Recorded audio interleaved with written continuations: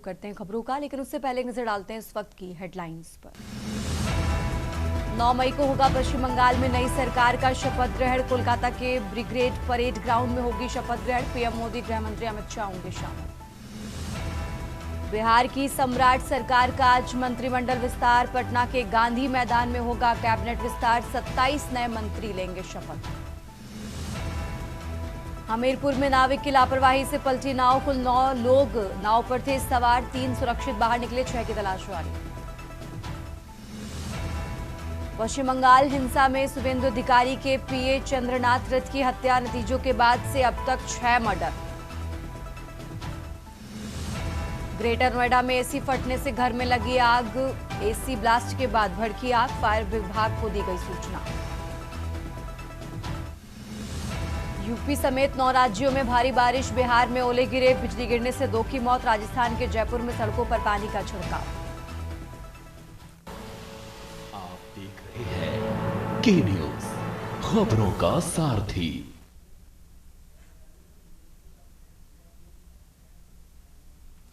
और बुलेटिन की शुरुआत करेंगे, लेकिन उससे पहले आपको लिए चलते हैं राजधानी लखनऊ, जहां अधीनस्थ सेवा चयन में नियुक्ति पत्र का वितरण कर रहे हैं सीएम योगी आदित्यनाथ। तस्वीर आपको दिखाते हैं। उसको आगे बढ़ाने की आवश्यकता है, लेकिन आपने जैसे ही ये जगह निकली होंगी, विज्ञापन निकले होंगे, आपने आवेदन किया होगा। परीक्षा की तिथि और परीक्षा की तिथि के बाद भी परिणाम आने या किसी भी स्तर पर किसी भी प्रकार की सिफारिश या अन्य किसी भी प्रकार के अनैतिक साधनों का उपयोग करने के लिए किसी भी स्तर पर कोई गुंजाइश नहीं थी। यानी नियत साफ हो और स्पष्ट नीति हो तो परिणाम आने में देर नहीं लगती है, और वही परिणाम आज आपको नियुक्ति पत्र वितरण के रूप में यहां पर उपलब्ध हुआ है। मुझे प्रसन्नता है कि पिछले 9 वर्ष के अंदर हमारी सरकार ने लगातार नियुक्ति पत्र वितरण के नए कीर्तिमान को स्थापित किया है। कोई सोचता भी नहीं था कि उत्तर प्रदेश में भर्ती की प्रक्रिया इतनी निष्पक्ष तरीके से संपन्न हो पाएगी। कोई सोचता भी नहीं था कि उत्तर प्रदेश में जो प्रक्रियाएं हैं, यूपी के नौजवानों को यूपी के अंदर इतनी सहजता सरलता के साथ नियुक्ति पत्र वितरित हो पाएंगे। लेकिन मुझे आज प्रसन्नता होती है जब मैं देखता हूं कि प्रदेश में हम लोगों ने जो प्रक्रिया बनाई, अलग अलग आयोग बोर्ड को जवाबदेही के साथ तकनीक का उपयोग करते हुए किसी भी प्रकार के किसी भी उस नौजवान के साथ जो योग्य है उसके साथ अन्याय न होने पाए, इस बात को सुनिश्चित करने के लिए जब बाध्य किया, परिणाम है 9 लाख से अधिक नौजवानों को हम लोगों ने सरकारी नियुक्ति पत्र के माध्यम से नियुक्ति पत्र उपलब्ध करवाए हैं। पिछले 15 दिन के अंदर ये हमारा चौथा नियुक्ति पत्र वितरण का कार्यक्रम है। याद करिए, मैंने 26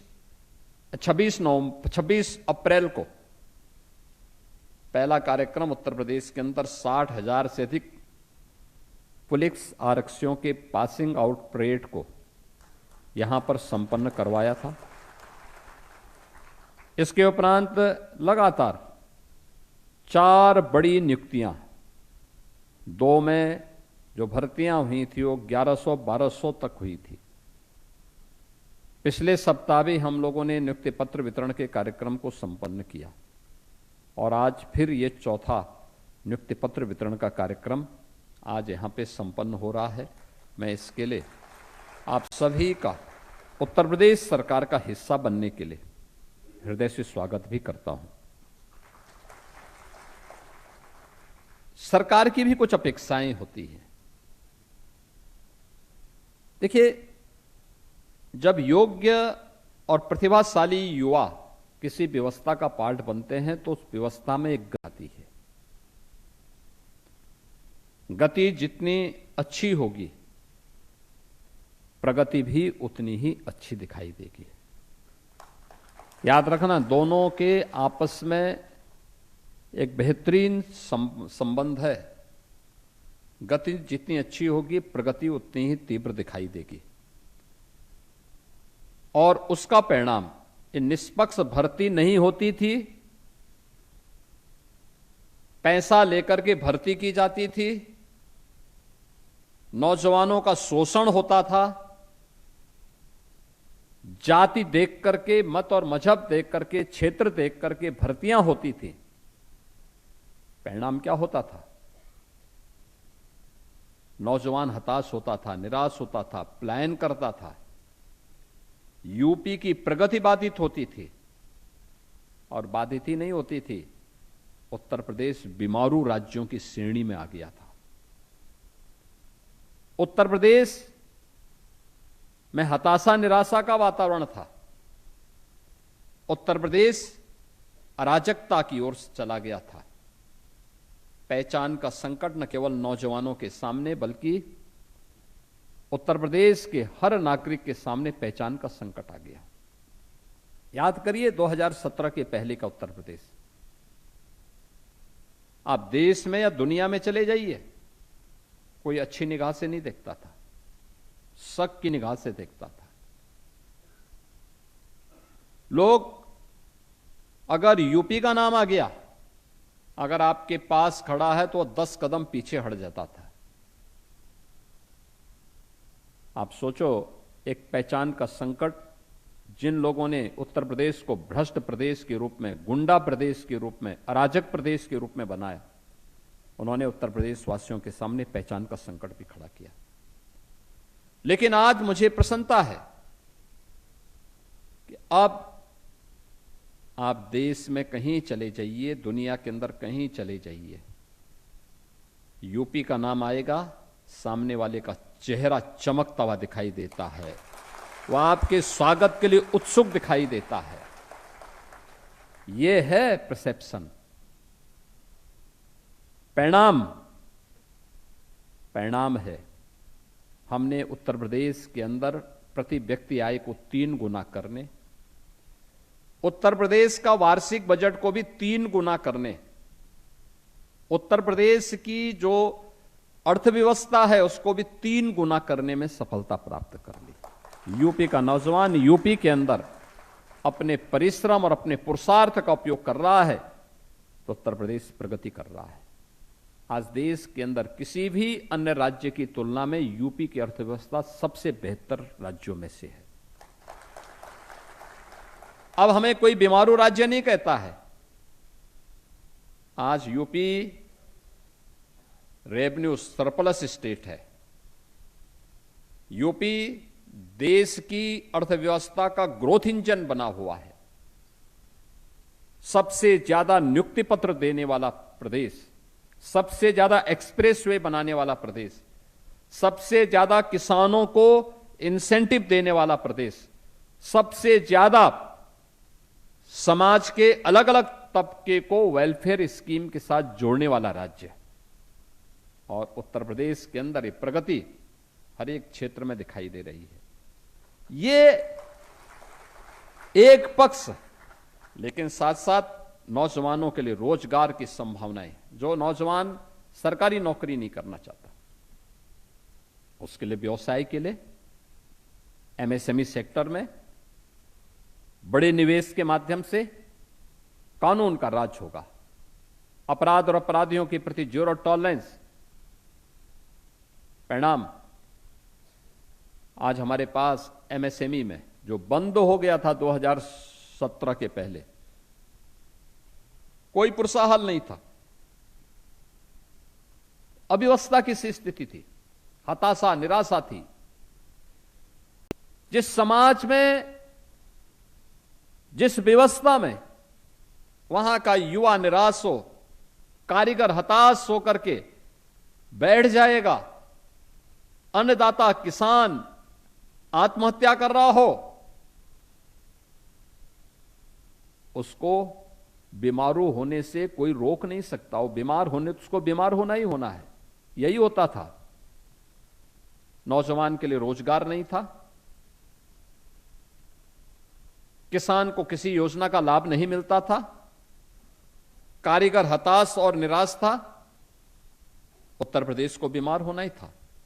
आज मुझे प्रसन्नता है, देश के अंदर सबसे ज्यादा एमएसएमई, सूक्ष्म लघु मध्यम उद्यम आज के दिन पे हमारे पास है, यूपी के पास है। 96 लाख, 3 करोड़ से अधिक लोग आज के दिन पे उनमें काम कर रहे हैं, 3 करोड़ से अधिक। यानी ये चीजें दिखाती हैं कि पिछली सरकारें करना नहीं चाहती थी। गुंडा और माफिया तत्वों को अपने गले का हार बना करके प्रदेश का शोषण करवाने से उन्हें फुर्सत नहीं थी। जब अराजक माहौल होगा तो कोई निवेश भी नहीं आएगा, कोई बड़ा निवेश नहीं आता था। मैं देख रहा था, अलग अलग राज्यों की रिपोर्ट को भी मैं देखता हूं। यूपी में गत वर्ष 4000 से ज्यादा बड़े उद्योग आए और हम लोगों ने पिछले 9 वर्ष के अंदर उत्तर प्रदेश के अंदर उद्योगों की संख्या को, जो 14,000 थी, अब उसकी संख्या बढ़ करके 32,000 से ऊपर ज्यादा बड़े बड़े उद्योग लगे हैं, जो कभी संभव ही नहीं था। आज जो संभव हुआ है, एक्सप्रेसवे के रूप में बेहतरीन इंफ्रास्ट्रक्चर, ये तब हुआ है जब सरकार ने निर्णय लिए, कार्य किए, और उसी कार्य पद्धति को आगे बढ़ाने के लिए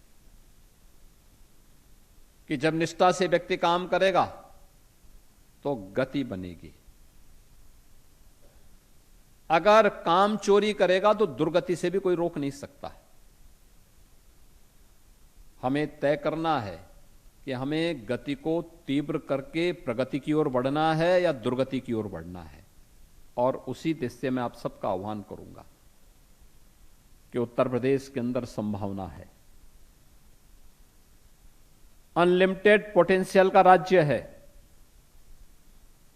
जो राज्य पहले बॉटम 3 में गिना जाता था, आज टॉप 3 राज्यों में उसकी गिनती होती है।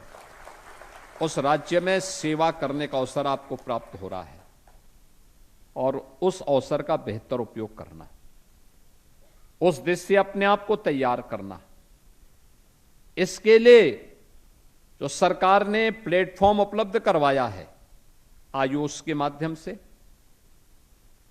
आयुष केवल आयुष नहीं है, मेरा मानना है कि स्वास्थ्य के क्षेत्र में हेल्थ टूरिज्म को सबसे ज्यादा आकर्षित कोई कर सकता है तो आयुष विभाग कर सकता है, आयुष विभाग कर सकता है। आयुष विभाग के माध्यम से चमत्कार लाया जा सकता है और उस पर कार्य करना है। आयुष्मान आरोग्य मंदिर गांव-गांव में बनाए गए हैं, उसे ठीक करना। आयुष से जुड़ी हुई अलग अलग विधाओं की, जो ट्रेडिशनल मेडिसिन से जुड़ी हुई अलग अलग विधाएं हैं, उन सबको प्रभावी ढंग से आगे बढ़ाना। मेडिसिनल प्लांट के लिए किसानों के साथ संवाद बना करके आगे बढ़ना। पंचकर्म की पद्धतियों को हम प्रभावी ढंग से आगे बढ़ा सकते हैं, आज के समय की सबसे बड़ी आवश्यकता है। और विभाग ने इस दिशा में कुछ कार्य किए हैं, इस पर और तीव्र गति करनी पड़ेगी। और मुझे प्रसन्नता है कि आज इसके लिए यहां पे लोक सेवा आयोग के द्वारा चयनित 202 ऐसे प्राध्यापकगण, चिकित्सा अधिकारीगण और स्टाफ नर्स आज नियुक्ति पत्र प्राप्त कर रहे हैं। और मैं मानता हूं कि आयुष की गति को और तीव्र करने में उन्हें मदद मिलेगी। ये प्रधानमंत्री जी के उस विजन को प्रभावी ढंग से लागू करने की दिशा में एक महत्वपूर्ण कदम होगा, जिन्होंने 2014 में प्रधानमंत्री बनते ही अलग अलग उसमें बटे हुए उन सभी विभागों को एक करने का काम किया है। योग है, आयुर्वेद है, होम्योपैथ है, यूनानी है, सिद्धा है, इन सब को जोड़ करके आयुष के रूप में उसको एक प्लेटफॉर्म दिया और आज देश के अंदर इस दिशा में तीव्र गति से प्रगति हुई है और वही तीव्र गति यूपी के अंदर भी लानी है। दूसरा है वोकेशनल एजुकेशन में, व्यावसायिक शिक्षा और कौशल विकास में। याद रखना, ये बहुत बड़ा प्लेटफॉर्म है। हमने जो एमएसएमई के लिए हो या बड़े उद्यम के लिए सुरक्षा का जो बेहतर वातावरण बनाया, लैंड बैंक बनाया, पॉलिसीज बनाई, निवेश के प्रस्ताव आ रहे हैं, हम सब कुछ करें और उसके अनुरूप स्किल मैन पावर नहीं दे पाएंगे तो फिर क्या मतलब है। याद करना, यह व्यावसायिक शिक्षा और कौशल विकास विभाग की जिम्मेदारी बनती है और उसके अनुदेशकों की जिम्मेदारी बनती है कि इंडस्ट्री की मांग के अनुरूप स्किल मैन पावर उपलब्ध करवाने का प्लेटफॉर्म तैयार करना। मुझे प्रसन्नता है कि व्यावसायिक शिक्षा विभाग में टाटा टेक्नोलॉजीज के साथ मिलकर के 150 से अधिक आईटीआई आज की जो मॉडर्न टेक्नोलॉजी है, आर्टिफिशियल इंटेलिजेंस के साथ, ड्रोन टेक्नोलॉजी के साथ, साइबर सिक्योरिटी के साथ, स्पेस टेक्नोलॉजी के साथ, रोबोटिक के साथ, 3D प्रिंटिंग के साथ, इन सब के भी कुछ सर्टिफिकेट कोर्सेज वहां पर और उसकी ट्रेनिंग के कार्यक्रम भी प्रारंभ हुए। इसके साथ ही हर घर नल के लिए प्लम्बर भी हम प्रशिक्षित करेंगे, वह भी उतना ही महत्वपूर्ण है। अच्छे इलेक्ट्रीशियंस देंगे। आज के समय में कौन ऐसा घर है जिसके पास इलेक्ट्रॉनिक आइटम ना हो, लेकिन उसके टेक्नीशियन कहां से आएंगे। ये आईटीआई का, व्यावसायिक शिक्षा का काम है। इंडस्ट्री के लिए स्किल मैन पावर, एक कौशल विकास का काम है। इसके लिए तैयारी करना। राष्ट्रीय शिक्षा नीति भी इस दिशा में कार्य करती है और मुझे प्रसन्नता है कि आज 272 ऐसे अनुदेशक जो स्वयं ट्रेंड हैं और वहां पर अच्छी ट्रेनिंग देकर के इन संस्थानों की गति को आगे बढ़ाएंगे और हमारी इंडस्ट्री की मांग के अनुरूप उस प्रकार का स्किल मैन पावर उपलब्ध करवाने में बड़ी भूमिका का निर्वहन करेंगे। आज ऐसे 272 हम अनुदेशक भी यहां पर उन्हें नियुक्ति पत्र वितरण करने का काम कर रहे हैं। मैं इन सबको बधाई देता हूं। दिव्यांगजन सशक्तिकरण विभाग को भी आज यहां पे कुछ कार्मिक उपलब्ध करवाए जा रहे हैं। याद रखना, दिव्यांगजन सशक्तिकरण विभाग, यह नाम भी प्रधानमंत्री जी ने दिया। हर व्यक्ति प्रतिभाशाली है और इतिहास उठा करके देखिए, दुनिया के अंदर हो सकता है किन्हीं कारणों से कहीं पे कोई दिव्यांगता का शिकार हुआ हो, पर लापरवाही हो सकती है, किसी बीमारी के कारण हो सकता है, किसी घटना दुर्घटना के कारण हो सकता है, लेकिन एक मनुष्य होने के नाते हमारी संवेदना और सहानुभूति उनके साथ होनी चाहिए। हर व्यक्ति में प्रतिभा है, उस प्रतिभा को प्लेटफॉर्म चाहिए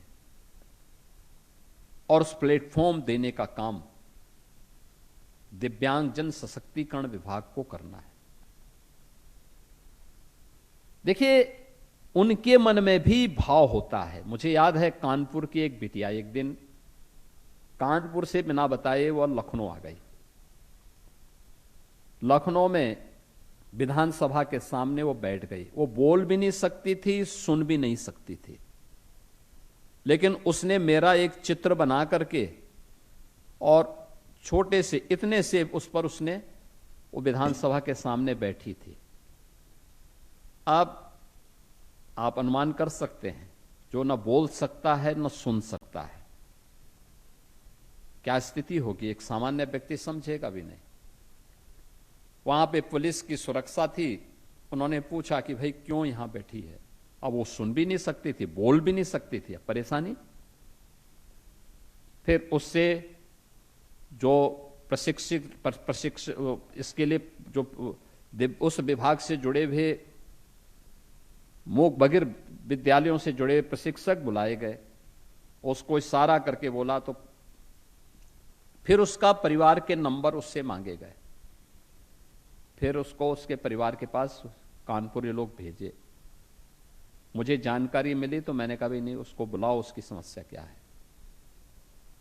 वो 15-16 वर्ष की बालिका थी। मेरा चित्र मुझे देने के लिए आई थी, कोई अपेक्षा नहीं, उसने अपने हाथ से बनाया था। तो मैंने उसके माँ बाप से पूछा, मैंने कहा ये पढ़ी लिखी है? कहा कि नहीं पढ़ी लिखी, क्योंकि बोल भी नहीं सकती है, सुन भी नहीं सकती है। तो मैंने कहा इसका ऑपरेशन क्यों नहीं करवाया? और इसमें तो सरकार पैसा दे रही है। हमने कानपुर उस बच्ची को भिजवाया और कानपुर में ही अधिकारियों को से कहा कि भाई इस बच्चे का ऑपरेशन होना चाहिए और अभ्यास कराओ इसको। और मुझे प्रसन्नता है, प्रशासन ने रुचि ली, उसका ऑपरेशन हुआ। अब वह बोल भी पा रही है, सुन भी पा रही है और लिख भी पा रही है, चित्र भी बना पा रही है। कृतज्ञता का भाव किस रूप में होता है? जो पुलिस इंस्पेक्टर उसको सबसे पहले मिला और उसको थाने में लेके गया, उसके दिमाग में उसका चित्र था, उसने फिर उस इंस्पेक्टर का भी चित्र बना करके उसको भेंट किया। आप याद करिए, ऐसे ही अन्य दिव्यांग जनों का भी होगा। अगर हम किसी मनुष्य के साथ भेदभाव करते हैं, मैं कहता हूं कि वह तो दिव्यांग है, लेकिन आप अपने बारे में सोचिए। अभी यहां पर जब जिन्हें नियुक्ति पत्र आज प्राप्त हुआ, उनमें से कुछ अभ्यर्थियों ने अपनी सफलता की कहानी यहां पे प्रस्तुत की। उनके भाषा जो भी हो, लेकिन भाव सबका एक ही था कि सब हम इस निष्पक्ष और पारदर्शी चयन की प्रक्रिया के लिए सरकार के प्रति हृदय से आभार व्यक्त करते हैं। यह उसका निष्कर्ष है। आभार इसलिए कि कोई बीच में लीकेजेस करने वाला नहीं, कोई सेंध लगाने वाला नहीं। अगर आप में से किसी योग्य प्रत्याशी की जगह कोई घूसखोर व्यक्ति को हम बिठा देते, किसी भ्रष्ट तरीके से आने वाले व्यक्ति को कोई बिठा देता, तो क्या होता? इस समय घूस खाने वाला तो खाता, लेकिन वह 30-35 वर्षों तक इस घुन की तरह इस पूरी व्यवस्था का शोषण करता है। क्योंकि जिसने दिया है तो कहीं ना कहीं से लेगा भी तो, और ब्याज सहित लेगा, और चक्रवृद्धि ब्याज नहीं लेगा, वो तो साहूकार की तरह लूट खसोट करेगा। इसलिए उस घुन को पहले ही समाप्त कर दो, और सरकार इसीलिए उस घुन को पहले ही दिन समाप्त कर दी थी। अगर आप अपने साथ न्याय चाहते हैं तो याद करना, दूसरा भी न्याय चाहता है, और यही हमारा राष्ट्रीय कर्तव्य है। उस राष्ट्रीय कर्तव्य से जोड़ने के लिए आज हम सब यहां पर उपस्थित हुए हैं। मैं इस अवसर पर आप सबके चयन के लिए आपको बधाई देता हूं, और मैं आप सबसे इस बारे में कहूंगा, विकसित भारत की संकल्पना को साकार करने के लिए हर व्यक्ति को अपने अपने कर्तव्यों के निर्वहन के लिए सजग होना होगा। जिस क्षेत्र में है, हर क्षेत्र में अपार संभावनाएं हैं, उन संभावनाओं को हमें आगे बढ़ाना पड़ेगा। और दिव्यांगजन कल्याण विभाग ने इस दिशा में बहुत सारे कार्य किए। दिव्यांगजनों को पेंशन की सुविधा उपलब्ध करवाई, उनके लिए प्रदेश में 2-2 विश्वविद्यालय हैं। हर कमिश्नरी हेडक्वार्टर में भी अलग अलग प्रकार के दिव्यांगजनों के लिए केंद्र भी खोले गए हैं। हम लोगों ने कृत्रिम अंग उपकरण वितरण के लिए डीआरसी की स्थापना भी प्रदेश के अलग अलग जनपदों में करने की कार्रवाई प्रारंभ की है, जो बंद हो चुके थे। ये उस दिशा में किए जाने वाले प्रयास हैं, और उस गति को और प्रगति की ओर ले जाने में इन कार्मिकों की योग भूमिका होगी। ये लगभग 500 जो कार्मिक आज यहां पर नियुक्ति पत्र प्राप्त कर रहे हैं, मैं इन सबको बधाई देता हूं, अपनी शुभकामनाएं देता हूं, और विश्वास करता हूं पूरी जिम्मेदारी के साथ कर्तव्य निष्ठा के साथ आप सब अपनी जिम्मेदारियों का निर्वहन करेंगे। आपको, आपके परिवार के सदस्यों को, अभिभावकों को, माता पिता को इस चयन की प्रक्रिया के लिए मैं हृदय से बधाई देते हुए अपनी शुभकामनाएं देता हूं। धन्यवाद। जय हिंद। बहुत बहुत धन्यवाद, आभार माननीय मुख्यमंत्री जी, आपके आशीर्वचनों और प्रेरणादायी शब्दों के लिए। अब एक समूह चित्र के लिए आपसे अनुरोध करूंगी, कृपया मंच के समूह चित्र खिंचवाकर हम सबको अनुग्रहित करें, हमारा उत्साहवर्धन करें। आप सभी अपने स्थान पर बैठे रहें, अपने स्थान पर रहें, व्यवस्थित रहें, आप सभी व्यवस्थित रहें कृपया।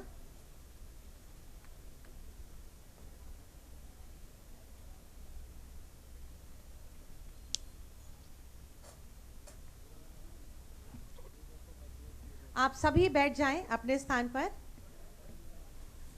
तो नियुक्ति पत्र वितरण कार्यक्रम में सीएम योगी आदित्यनाथ सभी पहुंचे अपने हुए स्थान हैं। पर बैठ तस्वीरें जाएं, आपको व्यवस्थित लखनऊ हो से जाएं। दिखा रहे हैं, जहां सीएम योगी का मिशन रोजगार और इस अपने कार्यक्रम अपने में चेहरों पर आत्मविश्वास और आत्मनिर्भरता की चयनित मुस्कान लाएं। अभ्यर्थियों को नियुक्ति पत्र का वितरण किया गया है और इसी के साथ सीएम योगी आदित्यनाथ का संबोधन भी आपने सुना। बहुत बहुत धन्यवाद, आभार माननीय मुख्यमंत्री जी, माननीय मंत्रीगण।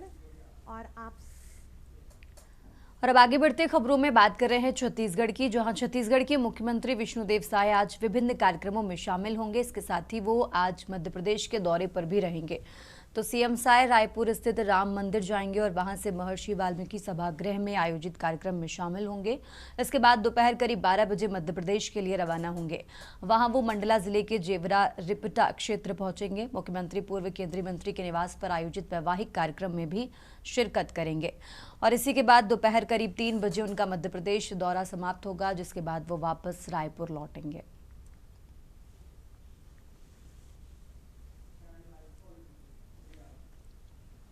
कोलकाता के मध्यम ग्राम इलाके में एक सनसनीखेज घटना सामने आई है, जहां शुरुआती रिपोर्ट्स के अनुसार विपक्ष के नेता शुभेंदु अधिकारी के निजी सहायक चंद्रनाथ रथ की गोली मार लगने से मौत हो गई। सूत्रों के मुताबिक घटना में उन्हें कई गोलियां लगने की बात कही जा रही है। गंभीर हालत में उन्हें अस्पताल ले जाया गया, जहां डॉक्टरों ने उन्हें मृत घोषित कर दिया और घटना के बाद मध्यम ग्राम और आसपास के क्षेत्रों में तनाव का माहौल बताया जा रहा है। सुरक्षा व्यवस्था कड़ी कर दी गई है और मामले की जांच पड़ताल में पुलिस जुटी हुई है। वहीं आपको बता दें कि कुछ शुरुआती आरोप राजनीतिक कार्यकर्ताओं पर लगाए जा रहे हैं। हालांकि अभी तक पुलिस या प्रशासन की ओर से इसकी आधिकारिक पुष्टि नहीं की गई है। जांच के बाद ये स्थिति स्पष्ट होगी। घटना के बाद राज्य में राजनीतिक हलचल भी तेज हो गई है और विपक्षी दलों ने कानून व्यवस्था पर सवाल उठाए हैं।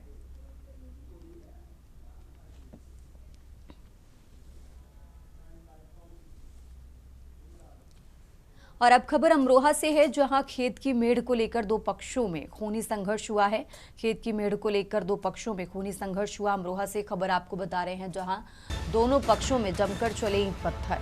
तो महिलाओं समेत दोनों पक्षों ने पत्थर बरसाए। छतों और खेतों से चला घंटों पत्थरबाजी का दौर। तो करीब 1 दर्जन लोग इस मारपीट में घायल हुए हैं।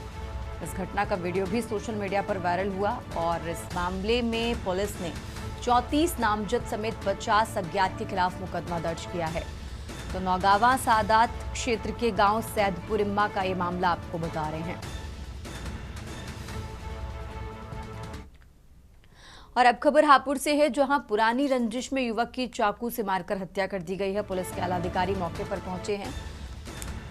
मृतक रशीद का अपने पड़ोसियों से पुराना विवाद था और इसी के चलते ये हत्या की गई है। शव को कब्जे में लेकर पोस्टमार्टम के लिए भेजा गया। मोहल्ला अलीनगर में रंजिशन हत्या हुई है। तो फिलहाल पुलिस इस मामले की जांच पड़ताल में जुटी हुई है। हापुड़ से खबर, जहां पुरानी रंजिश में युवक की चाकू से मारकर हत्या। और अब खबर मथुरा से है, जहां थाना सुरीर क्षेत्र में हुए चर्चित टेंटी गांव डकैती कांड का पुलिस ने बड़ा खुलासा किया है। पुलिस मुठभेड़ में डकैती के 2 आरोपियों को मार गिराया गया। दोनों बदमाश पुलिस पर फायरिंग कर रहे थे, जिसके जवाब में हुई कार्रवाई में वो दोनों घायल हो गए हैं। फिलहाल अस्पताल में भर्ती कराया गया, जहां डॉक्टरों ने मृत घोषित कर दिया है। थाना सुरीर में अभी से कुछ दिन पूर्व एक डकैती की घटना हुई थी, जिसमें कि रात्रि में कुछ लोग घर में अंदर घुसे और जो निवासी गण थे उनको बंधक बना करके कुछ रुपए और सामान लेकर चले गए थे। इस घटना के संबंध में सुसंगत धाराओं पर मुकदमा पंजीकृत किया गया था तथा इस घटना के अनावरण के लिए कई टीमों का गठन किया गया था। कल रात्रि और आज प्रातः के मध्य ये एक क्रेडिबल इनपुट मिला था कि जो घटना में संलिप्त बदमाश हैं उनका मूवमेंट हुआ है। उनको जब एप्रीहेंड करने की कोशिश की गई तो उनके द्वारा जो हमारी टीमें थी उन पर फायरिंग की गई। समाजवादी पार्टी के वरिष्ठ नेता नसीमुद्दीन सिद्दीकी आज बरेली के दौरे पर रहेंगे। जानकारी के अनुसार वो शाम को करीब 4 बजे बरेली पहुंचेंगे। इसके बाद शाम लगभग 5 बजे पार्टी कार्यालय पर प्रेस कॉन्फ्रेंस करेंगे। इस दौरान वो कार्यकर्ताओं से भी मुलाकात कर सकेंगे और चुनावी तैयारियों को लेकर बैठक करने की भी संभावना है।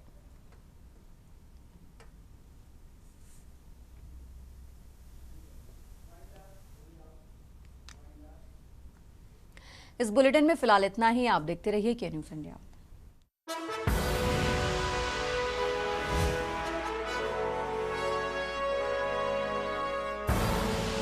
आप देख रहे हैं के न्यूज़, खबरों का सारथी।